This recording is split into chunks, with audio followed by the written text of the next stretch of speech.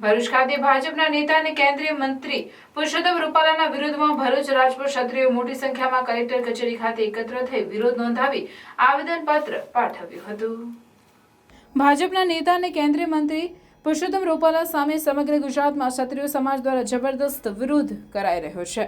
રાજ્યમાં ઠેર ઠેર રૂપાલાનો રાજપૂત સમાજ દ્વારા વિરોધ કરાઈ રહ્યો છે, ત્યારે ભરૂચ જિલ્લા રાજપૂત સમાજના આગેવાનો અને સમાજના ભાઈઓ બહેનો મોટી સંખ્યામાં પ્રથમ રાજપૂત છાત્રાલય ખાતે એકત્ર થઈને બેઠક કરી, જે બાદ કલેક્ટર કચેરી ખાતે પહોંચ્યા હતા, જ્યાં જિલ્લા નિવાસી કલેક્ટર NM ધાંધલને આવેદનપત્ર આપી રૂપાલાની ટિકિટ રદ કરવાની માંગ સાથે ભારે સૂત્રોચ્ચાર કરીને વાતાવરણ ગજવી મૂક્યું હતું।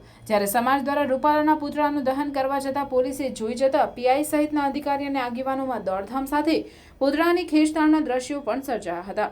જોકે પોલીસે પુતળાનો પોતાના કબજામાં લઈને પુતળા દહનના કાર્યક્રમને નિષ્ફળ બનાવ્યો હતો।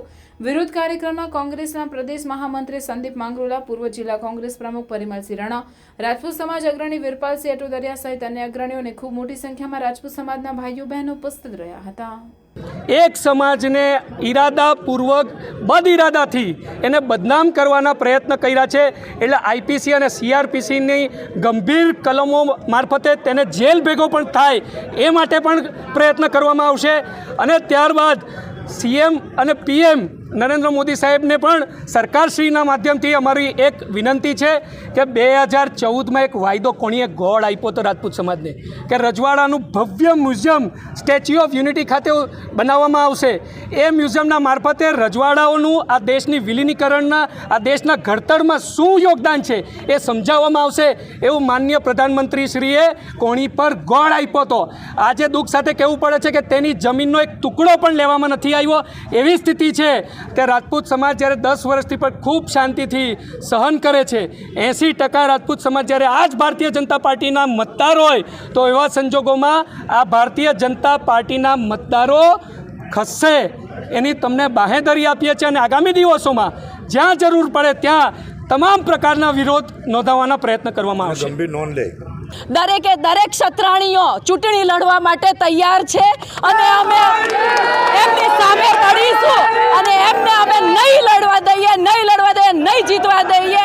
આજે અમારા ભાઈઓ અને દરેક બહેનો સાથે તૈયાર છે, પણ હવે અમે સહન નહીં કરીએ। અત્યાર સુધીને અમારા સમાજનું બહુ એમને અપમાન કર્યું છે। દરેક આવીને જાય બોલી જશે કે તમે આમ તમે તેમ, તો શું અમારા સમાજે શું કર્યું? અત્યાર સુધીને સમાજે આજે અત્યારે જે તમને રહેવા શાંતિથી મળે છે, એ જ્યારે અમારા રાજાઓ લડ્યા હતા ત્યારે આજે તમે શાંતિથી જીવો છો। આ દેશની લડત એમણે આપી છે, નહીં કોઈ બીજાએ। સ્વાભાવિક પણ છે કે સત્તાની અંદર હોય, સત્તાનો નશો હોય, છતાં પણ કોઈ પણ સમાજ વિશે જ્યારે બોલવામાં આવતું હોય ત્યારે 100 વાર વિચારીને એના નિવેદનો આપવા જોઈએ। એક સમાજને સારું લગાવવા, બીજા સમાજની અવગણના કરવી અને ફરીથી માફી માગતી વખતે એક સમાજના ફંક્શનમાં હું ખોટી રીતે પહોંચી ગયો, વગર કામનો પહોંચી ગયો, એવા નિવેદનોથી સમગ્ર દેશના દરેક જાતના લોકો આજે નિરાશ છે। ત્યારે રૂપાલાને પણ કહીએ છીએ કે આવા નિવેદનો ના કરવા જોઈએ। એક જગ્યાએ માફી માંગવાથી સમગ્ર રાજપૂત સમાજના લોકો તમે માફ નથી કરવાના। ત્યારે સમગ્ર દેશના હોય, ગામડાના હોય, રાજ્યના લોકો હોય, પરંતુ કોઈપણ રાજકીય પક્ષ સાથે જોડાયેલો કોઈ પણ વ્યક્તિ હોય, પણ જ્યારે સમાજ વિશે, કોઈ પણ સમાજ વિશે જ્યારે આવા નિવેદનો કરતા હોય ત્યારે સમગ્ર લોકોની લાગણી દુભાતી હોય। ત્યારે આવનાર દિવસની અંદર સમાજ જે કંઈ નક્કી કરશે ત્યારે અમે સમાજની સાથે છે, અને આવનાર દિવસોમાં જે કંઈ કાર્યક્રમો આપવાના થશે એ સમાજ નક્કી કરશે।